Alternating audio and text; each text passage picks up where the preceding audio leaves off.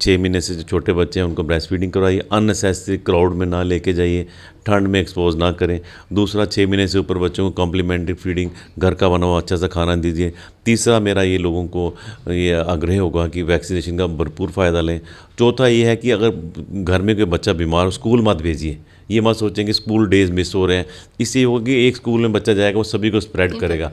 और Covid appropriate behaviour जैसे होता है कि मास्क डाल के रखें और फ्रीक्वेंट हैंड वॉशिंग करें और 6 फुट की दूरी रखें ताकि इनको स्प्रेड ना होने दें। क्योंकि छोटे बच्चे अगर हमारे कंटेक्ट में आएंगे तो उनको, जैसे मैंने आपको बताया कि ब्रोंकिलाइटिस या निमोनिया होने का खतरा है और उनके लिए वो जानलेवा भी हो सकती है। आप देख रहे हैं यंग बाइट्स, मैं हूं आपके साथ पूजा ठाकुर। जिस तरह से मौसम में लगातार बदलाव आ रहा है, बच्चों से लेकर बड़े तक जो है वो बीमार हो रहे हैं और आए दिन हम देखते हैं कि अस्पतालों में उनकी कतारें जो है वो लगी रहती है क्योंकि वायरल फीवर, एलर्जीज वगैरह जो है वो होती रहती है। ऐसे में बड़ों की बात की जाए तो बड़े लोग जो है वो जानकारी रखते हैं कि उन्हें किस तरह से खुद का ख्याल रखना है, लेकिन वहीं पर छोटे बच्चों की बात की जाए, स्कूल जाने वाले बच्चों की बात की जाए तो उनको इतनी जानकारी नहीं होती है कि किस तरह से वो खुद का ख्याल रख सकें। और आज हमारे साथ इसी सब चर्चा के लिए जुड़ने जा रहे हैं डॉक्टर घनश्याम सैनी हमारे साथ जुड़े हैं। सबसे पहले सर आपका बहुत बहुत स्वागत है। धन्यवाद सर, बच्चों से जुड़ी हुई समस्या अक्सर आपके पास आती रहती है और जिस तरह से मौसम में बदलाव आ रहा है, मैंने शुरू में बात की कि बड़े अपना ख्याल रख पाते हैं,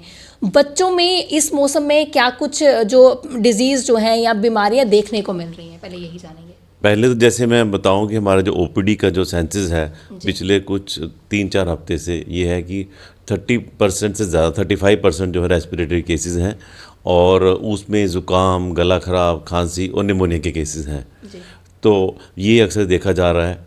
दूसरा, जो अगर हम एडमिशन की बात करें उसमें भी 35% जो है निमोनिया के केसेस हैं जिसको ब्रोंकिलाइटिस कहते हैं और इसमें एज ग्रुप जो है 1 साल से नीचे हैं। यूजुअली 3, 4, 5, 6 महीने के बच्चे हैं और ये बच्चे जो हैं काफ़ी सीवियरली अफेक्टेड हैं और इनको ऑक्सीजन पे हम ऑक्सीजन सपोर्ट दे रहे हैं।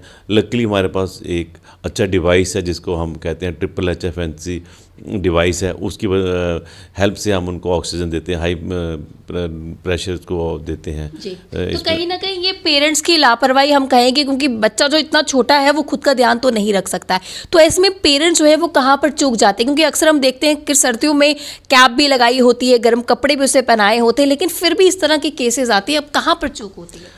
इसमें देखा ये गया है कि जैसे कि बड़ों को किसी को ज़ुकाम हो जाता है तो यूजुअली ये अपर ही पार्ट में कंटेन हो जाता है। अगर किसी को ज़ुकाम होगा, गला ख़राब होगा, उनकी छाती अक्सर 95% ऑफ द टाइम्स ठीक ही रहते हैं अनलेस वो एलर्जिक हो। पर छोटे बच्चों में ये इन्फेक्शन कंटेन नहीं होती और उनमें जो है इन्फ्लेमेशन जो है एयरवेज में हो जाती है जिसको हम ब्रोंकिलाइटिस कहते हैं। तो उसमें देखा जाए इसके प्रिवेंशन ये है कि अगर किसी को बड़े को है तो उसको बच्चे से दूर रहना चाहिए। जैसे कि कोविड में हम प्रिकॉशन लेते थे तो अगर किसी बड़े में है उसको आइसोलेट कर लेना चाहिए और रिपीटेड हैंड वॉशिंग करनी चाहिए और अगर बच्चे के पास जाना है तो मास्क डाल के जाना चाहिए जब बच्चे से दूर रहें, क्योंकि बच्चों में ये इन्फेक्शन कंटेन नहीं होती, ये आगे फैल जाती है। और अक्सर देखा जाता है कि बच्चा खांसी भी नहीं ज़्यादा करेगा तो हल्का बुखार होगा तो और सांस चढ़ना शुरू हो जाएगा जिसको पसली का चलना कहते हैं। आमतौर पर लोगों में ये क्या पता नहीं चलता, बच्चा कवर्ड रहता है और बच्चा दूध नहीं पीता, सुस्त होना शुरू हो जाता है। जब उसका कपड़े हम हटा के देखते हैं तो बच्चे को सांस फूल रहा होता है। इसकी क्या रिपरकशन हो सकती हैं अगर इस स्टेज पे हम लेट हो जाएं, क्योंकि जैसे जैसे सांस फूलना लग जाएगा तो एक स्टेज आएगी ऑक्सीजन सैचुरेशन फॉल करनी शुरू हो जाएगी। जब ऑक्सीजन सैचुरेशन ज़्यादा क्रिटिकल लेवल के नीचे आ जाती है तो उसके बाद जो एक अरेस्ट, कार्डियक अरेस्ट हो जाता है। तो हमें इस चीज़ को होने नहीं देना है।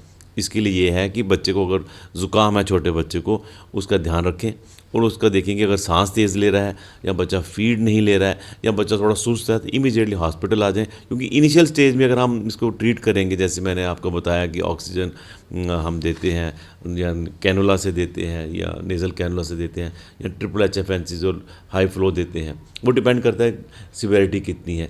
अर्ली स्टेजेस में ये रिवर्सिबल है, पर लेट स्टेजेस में अगर चला जाए तो कई बार हमें वेंट पे भी डालना पड़ता है, तो कई बार बड़े अनडिज़ायरेबल केसेस भी यहाँ पर जी हाँ बिल्कुल। कुछ हमारे एडमिशन में मोस्टली देखा कि 1-2 बच्चे हमें वेंटिलेटर पर डालने पड़ते हैं, इतना लेट आते हैं लोग। तो इसकी यही है कि अगर आप ध्यान रखें, अगर बच्चा सांस तेज़ ले रहा है, पसली का चलना, सांस तेज़ ले रहा है, ज़्यादा खांसी हो रही है, फीड नहीं ले पा रहा है, सुस्त हो गया बच्चा, तो दैट मीन्स कि इसके काफ़ी ज़्यादा ये लॉन्ग ख्याल एडवांस। जो है, सारा ख्याल जो है एक माँ को जो अपने बच्चों से रखना चाहिए, क्योंकि क्या कुछ चेंजेस या क्या कुछ बदलाव उसके चलने में आ रहा है या जिस तरह से वो जी रहा है, तो किस तरह से उसमें बदलाव रहा है। इम्यूनिटी की बात की जाए तो ये भी काफ़ी ज़्यादा वीक जो है रहती है, इस मौसम में रहता है, और खान पान पर हमें खासतौर से काफ़ी ज़्यादा ध्यान देने की ज़रूरत है। इम्यूनिटी को किस तरह से बूस्ट जो है हमें करना चाहिए। जैसे आपने बड़ा अच्छा पॉइंट बोला, सर्दियों में इम्यूनिटी डाउन होती है, तो छोटे बच्चे हैं, स्पेशली वो एज ग्रुप को मैं टारगेट करूँगा, जैसे 6 महीने से छोटे बच्चे हैं, इनके लिए स्पेशली वो बच्चे जो कि निकू में पैदा होते ही NICU में एडमिट रहे हैं, जो थोड़ा प्री मेच्योर हैं, लो बर्थ वेट हैं, जिनको ऑक्सीजन लगी थी बर्थ के टाइम या वेंटिलेटर पर रहे हैं, वो ज़्यादा प्रोन रहते हैं। तो एक तो इम्पॉर्टेंट चीज़ है जो हमारे हाथ में, हर मदर के हाथ में है, कि उसको ब्रेस्ट फीडिंग करें। ब्रेस्ट फीडिंग से इसकी प्रिवेंशन होती है, और 6 महीने तक अगर ब्रेस्ट फीडिंग करें तो इसका रिस्क कम हो जाता है। दूसरा ये है कि एक तो ये वायरसेस हैं, बैक्टीरिया भी निमोनिया भी करते हैं, तो हमारे पास गवर्नमेंट ने free of cost vaccination provide करी हुई, हर सेंटर में, हर कोने में, यूटी के इवन ऑल ओवर इंडिया ये अवेलेबल है, फ्री ऑफ कॉस्ट है। इम्यूनाइजेशन का भरपूर फ़ायदा लें। ये चीज़ें जो है वैक्सीन प्रिवेंटेबल, जो निमोनिया से उसको प्रिवेंट करेंगी। और 6 महीने से ऊपर बच्चा है तो उसको ब्रेस्ट फीडिंग के साथ साथ खान पान, बाकी जो कम्प्लीमेंट्री फीडिंग शुरू कर लें। घर का खाना हुआ, साफ़ खाना, गर्म खाना दें।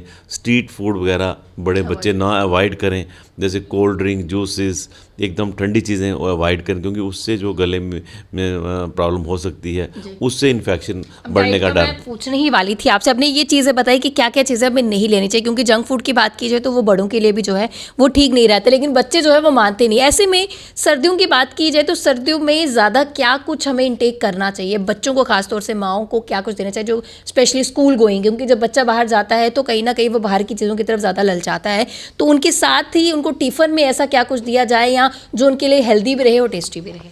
होलसम फूड दिया जाए, जैसे कि घर का बना हुआ खाना है, जिसमें जो नॉन वेज लेते हैं वो तो अंडा एक अच्छी डाइट है, मिल्क एक बहुत अच्छी डाइट है, वो दीजिए। पर साथ साथ जैसे ये स्प्राउट्स हैं, बाकी जो घर का बना पल्सेस हैं, फ्रूट्स हैं, ये सारे चीज़ें जो हैं ये प्रोटेक्टिव फूड्स रहते हैं, और ये इसका सेवन करें। बाहर का बना हुआ स्ट्रीट फूड ये अवॉइड कर देना चाहिए। ये एक और सवाल मैं आपसे पूछना चाहूँगी, क्योंकि बच्चे जो है वो बाहर के खाने में ज़्यादा अट्रैक्ट होते हैं। वहीं पर बात की जाए जो हम प्रिजर्वेटिव जूस लेते हैं, क्योंकि बच्चे तो बोलते हैं कि ये जूस है, हेल्दी है, तो वो कितने ज़्यादा बेनिफिशियल रहेंगे या मैं कहूँगी कि अनबेनिफिशियल। हाँ, ये जो प्रिजर्वेटिव वाला जूसेस हैं, क्योंकि या बाकी कोल्ड ड्रिंक्स हैं, जैसे बिवरेजेस हैं, ये इनमें सिर्फ शुगर ही होती है, इसमें एडिटिव शुगर्स होती हैं। ये सिर्फ इससे कैलोरीज में हेल्थ के नाम बिल्कुल नहीं है। तो इससे ना तो विटामिन होंगे, सिर्फ शुगर होगी, वेट बढ़ाएंगे, भूख कम कर देंगे, जो हेल्दी खाना वो बच्चे नहीं ले पाएंगे। जो हम हेल्दी वे में सोचकर उसे इंटेक करते हैं वो हमारे बिल्कुल भी एक कॉन्सेप्ट बिल्कुल नहीं है, वो नहीं है। तो इस प्रोग्राम के एंड में क्या एक खास तौर से मदर को आप एक मैसेज देना चाहेंगे तमाम उन माओं के लिए जो अपने बच्चों को ध्यान रखे, और खासतौर से किन किन चीज़ों पर ध्यान दें? सबसे पहले तो ये मैसेज दूंगा कि 6 महीने से जो छोटे बच्चे हैं उनको ब्रेस्ट फीडिंग करवाइए, अननेसेसरी क्राउड में ना लेके जाइए, ठंड में एक्सपोज ना करें। दूसरा, 6 महीने से ऊपर बच्चों को कॉम्प्लीमेंट्री फीडिंग, घर का बना हुआ अच्छा सा खाना दीजिए। तीसरा, मेरा ये लोगों को ये आग्रह होगा कि वैक्सीनेशन का भरपूर फ़ायदा लें। चौथा ये है कि अगर घर में कोई बच्चा बीमार हो, स्कूल मत भेजिए।